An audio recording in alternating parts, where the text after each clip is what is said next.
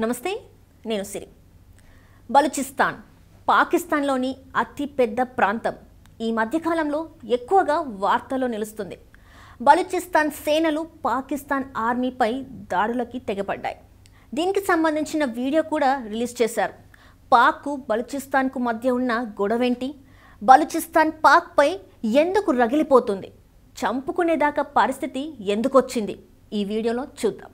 బలూచిస్తాన్ పాకిస్తాన్లో 44% భూభాగాన్ని కలిగి ఉన్న ప్రాంతం, కానీ జనాభా కేవలం 5% మాత్రమే. ఈ ప్రాంతంలో సహజ వనరులు, గ్యాస్, బొగ్గు, ఖనిజాలు సమృద్ధంగా ఉంది. క్వాదర్ ఓడరేవు, చైనా పాకిస్తాన్ ఆర్థిక కారిడార్ ఇలా కొన్ని వ్యూహాత్మక ప్రాజెక్టులు ఈ ప్రాంతాన్ని ఇంటర్నేషనల్ రేంజ్లో నిలబెట్టాయి. కాగా ఈ సంపద అక్కడున్న బలూచ్ ప్రజలకి చేరడం లేదు అనేది అక్కడి వాదన. దీంతో అసంతృప్తి, వివక్ష బలూచ్ ప్రజల్లో పెరిగాయి. బలూచ్ వాదులు తమ గుర్తింపును, వనరులను కాపాడుకోవడానికి స్వతంత్రం కావాలని దశాబ్దాలుగా పోరాడుతున్నారు.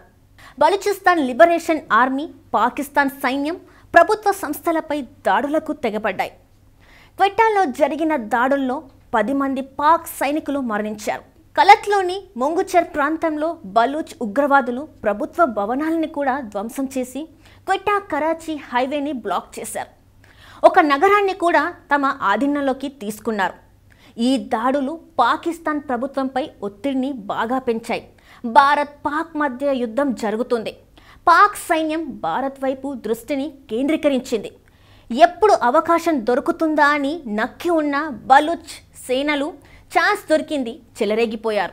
బలూచిస్తాన్ ఏర్పాటు సమస్య పాకిస్తాన్కు పెద్ద తలనొప్పిగా మారింది. బలూచ్ లిబరేషన్ ఆర్మీ దాడులు, స్థానికుల అసంతృప్తి, అంతర్జాతీయ ఒత్తిడి ఇలాగే కొనసాగితే ఈ ప్రాంతంలో అస్థిరత మరింత పెరిగే అవకాశం లేకపోలేదు. ఇదిలా ఉంటే కొన్ని నివేదికల ప్రకారం 5 నుంచి 7 జిల్లాలు పాకిస్తాన్ నుంచి స్వతంత్రంగా దేశాలుగా మారాలని ప్రయత్నిస్తున్నాయట.